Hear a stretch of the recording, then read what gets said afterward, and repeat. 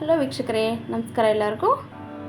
ನಾಳೆ ನಮ್ಮ ಮನೇಶ್ ಕುಕಿಂಗ್ ಚಾನೆಲ್ಗೆ ಸ್ವಾಗತ. ಇವತ್ತು ನಾನು ಒಂದು ಪಲ್ಯ ಅಥವಾ ಗ್ರೇವಿ, ಚಪಾತಿಗೆ, ಪೂರಿಗೆ ಎಲ್ಲ ಒಂದು ಪಲ್ಯನ ಮಾಡಿ ತೋರಿಸ್ತಾ ಇದ್ದೀನಿ. ಗೊಜ್ಜು ಅಥವಾ ಗ್ರೇವಿ ಪಲ್ಯ ಏನಾದರೂ ಅಂದ್ಕೋಬೋದು. ಇದು ಕಾಬೂಲ್ ಕಡಲೆ ಒಂದು ನೈಟ್ ಫುಲ್ಲು ಇದನ್ನು ನೀರಲ್ಲಿ ನೆನೆಸ್ಕೊಂಡು ಇಟ್ಕೊಂಡಿದ್ದೀನಿ. ಈಗ ಇದಕ್ಕೆ ಮಸಾಲೆಗೆ ರುಬ್ಬೋಕ್ಕೆ ಇದಕ್ಕೆ ಒಂದು ಅರ್ಧ ಬಟ್ಲು ಕಾಯಿ ತೊಗೊಂಡಿದ್ದೀನಿ. 1 ಸ್ಪೂನಷ್ಟು ಹುರ್ಗಡ್ಲೆ ತೊಗೊಂಡಿದ್ದೀನಿ. ಹುರ್ಗಡ್ಲೆ ಹಾಕೋದ್ರಿಂದ ಸ್ವಲ್ಪ ಗೊಜ್ಜು ಅದು ಸ್ವಲ್ಪ ತಿಕ್ಕಾಗಿ ಬರುತ್ತೆ. ಸ್ವಲ್ಪ ಕೊತ್ತಂಬರಿ ತೊಗೊಂಡಿದ್ದೀನಿ. ಒಂದು ಸ್ವಲ್ಪ ಶುಂಠಿ, ಬೆಳ್ಳುಳ್ಳಿ, 1 ಏಲಕ್ಕಿ, 3 ಲವಂಗ, ಹಾಗೆ ಸ್ವಲ್ಪ ಚಕ್ಕೆ ತೊಗೊಂಡಿದ್ದೀನಿ.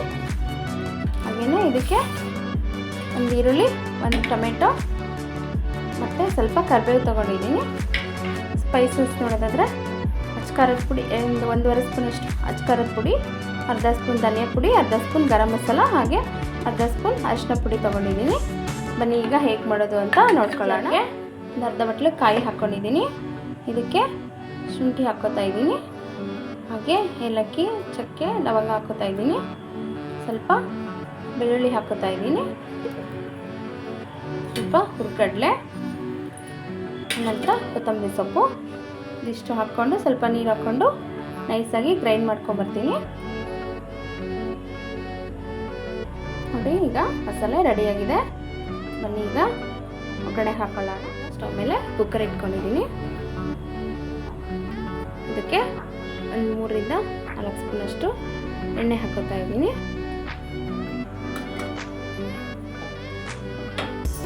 ಸ್ವಲ್ಪ ಬಿಸಿಯಾಗಲಿ ಇದು.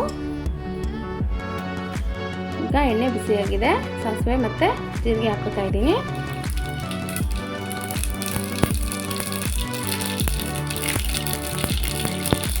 ಹಾಗೆ ಇದಕ್ಕೆ ಕಟ್ ಮಾಡಿ ಇಟ್ಕೊಂಡಿರೋ ಈರುಳ್ಳಿ ಹಾಕೋತಾ ಇದ್ದೀನಿ. ಕರಿಬೇವು ಹಾಕೋತಾ ಇದ್ದೀನಿ.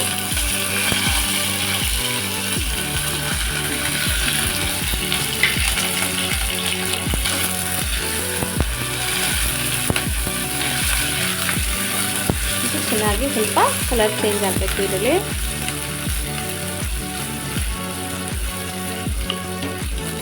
ಎಲ್ಲ ಥರದಕ್ಕೂ ಮ್ಯಾಚ್ ಆಗುತ್ತೆ ಇದು ಪಲ್ಯ. ದೋಸೆ, ಚಪಾತಿ, ಪೂರಿ, ಪರೋಟ ಎಲ್ಲದಕ್ಕೂ ತುಂಬಾ ಚೆನ್ನಾಗಿರುತ್ತೆ. ಕಡಲೆಕಾಳಲ್ಲಿ ಮಾಡಿರ್ತೀವಿ, ಇದು ಒಂಥರ ಚೆನ್ನಾಗಿರುತ್ತೆ. ಟ್ರೈ ಮಾಡಿ ಮನೇಲಿ ನೀವು. ಹೇಗೆ ಬಂತು ಅಂತ ಕಮೆಂಟ್ ಸೆಕ್ಷನಲ್ಲಿ ತಿಳಿಸಿ.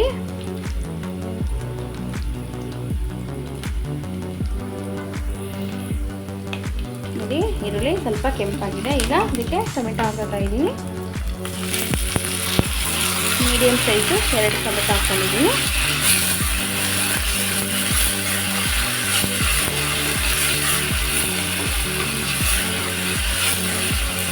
ಇದಕ್ಕೆ ಸ್ವಲ್ಪ ಉಪ್ಪು ಹಾಕೊಳ್ಳೋಣ, ಬೇಗ ಬೇಯುತ್ತೆ ಇದು.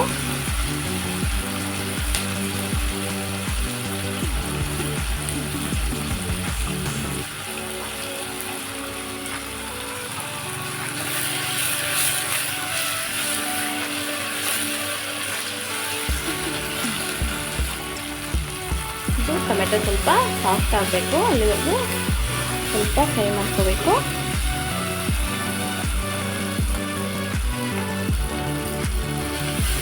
ಈಗ ಟೊಮೆಟೊ ಬೆಂದಿದೆ. ಇದಕ್ಕೆ ಅಚ್ಕಾರದ ಪುಡಿ, ಧನಿಯಾ ಪುಡಿ, ಗರಂ ಮಸಾಲ ಮತ್ತು ಅರಿಶಿನ ಪುಡಿನ ಹಾಕೋತಾ ಇದ್ದೀನಿ.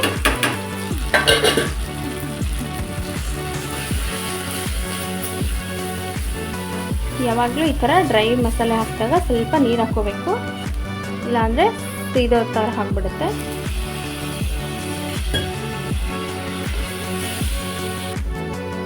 ಇದು ಸ್ವಲ್ಪ ಎಣ್ಣೆ ಬಿಟ್ಕೋಬೇಕು. 2 ನಿಮಿಷ ಫ್ರೈ ಮಾಡಿಕೊಂಡು ನಂತರ ಮಿಕ್ಸಿಗೆ ಹಾಕೊಳ್ಳೋಣ.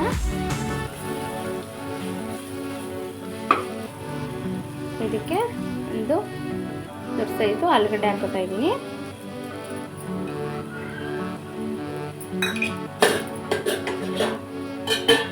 ನಂತರ ಕಾಬೂಲ್ ಕಡಲೆ ಹಾಕೋತಾ ಇದ್ದೀನಿ.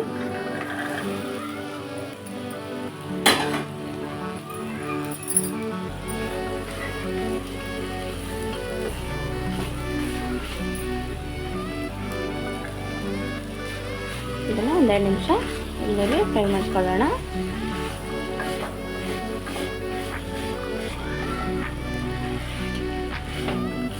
ನನ್ನ ರೆಸಿಪಿಗಳು ಆಗ್ತಾ ಇರೋದು ನಿಮಗೆ ಇಷ್ಟ ಆದರೆ ದಯವಿಟ್ಟು ಲೈಕ್ ಮಾಡೋದನ್ನು ಮರಿಬೇಡಿ, ಶೇರ್ ಮಾಡಿ, ಕಮೆಂಟ್ ಮಾಡಿ. ಏನಾದರೂ ಮಿಸ್ಟೇಕ್ಸ್ ಇದ್ದರೆ ತಿದ್ಕೋತೀನಿ. ಹೊಸದಾಗಿ ನೋಡ್ತಿರೋರಾದರೆ ಸಬ್ಸ್ಕ್ರೈಬ್ ಮಾಡ್ಕೊಳ್ಳಿ ನನ್ನ ಚಾನೆಲು. ನಿಮ್ಮ ಫ್ರೆಂಡ್ಸ್ಗೆ, ರಿಲೇಟಿವ್ಸ್ಗೆ ಶೇರ್ ಮಾಡಿ. ಇದು ಸ್ವಲ್ಪ ಎಣ್ಣೆಲಿ ಫ್ರೈ ಆಗಲಿ. ಅದಕ್ಕೆ ಮಸಾಲೆ ಆ್ಯಡ್ ಮಾಡ್ಕೊತಾ ಇದ್ದೀನಿ. ಮಿಕ್ಸಿಗೆ ಹಾಕ್ಕೊಂಡಿರೋದು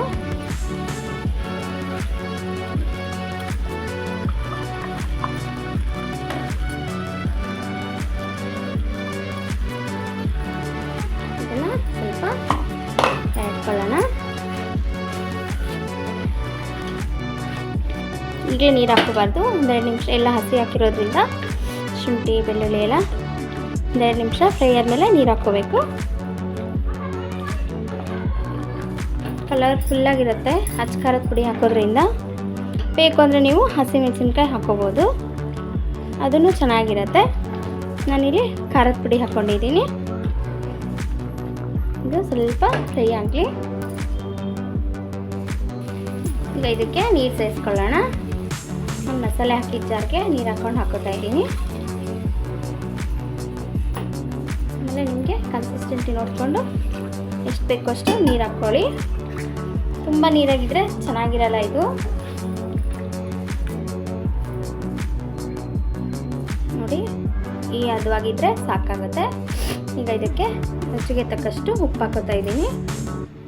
ಕೈ ಎಳ್ತಲೇ ಹಾಕ್ಕೊಳ್ಳೋದು ನಾನು ಯಾವಾಗಲೂ. ರುಚಿಗೆ ನೋಡಿಕೊಂಡು ಎಷ್ಟು ಬೇಕಷ್ಟು ಉಪ್ಪು ಹಾಕ್ಕೊಳ್ಳಿ. ಇದನ್ನ ನೀಟಾಗಿ ಕಲಿಸ್ಬಿಟ್ಟು ಕುಕ್ಕರ್ ಮುಚ್ಕೊಳ್ಳೋಣ.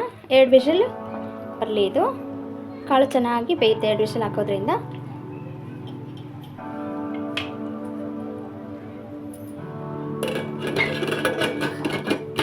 ಇದನ್ನ ಕ್ಲೋಸ್ ಮಾಡ್ತಾ ಇದ್ದೀನಿ.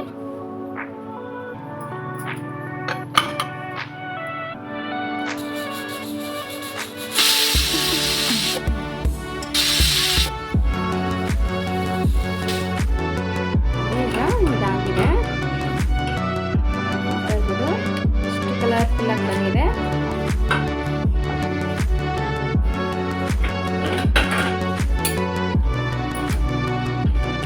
ಇದೆಲ್ಲ ಎಷ್ಟು ರೆಡಿಶ್ ಬಂದಿದೆ ಅಂತ. ಇದು ಆರಿದ್ರೆ ಇನ್ನು ಸ್ವಲ್ಪ ಗಟ್ಟಿಯಾಗುತ್ತೆ. ಈ ಹದವಲ್ಲಿದೆ ಸಾಕಾಗುತ್ತೆ.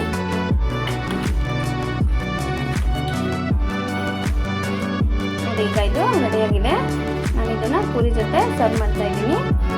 ಪೂರಿನೂ ಅಷ್ಟೇ ನೋಡಿ, ತುಂಬ ಚೆನ್ನಾಗಿ ಬಂದಿದೆ.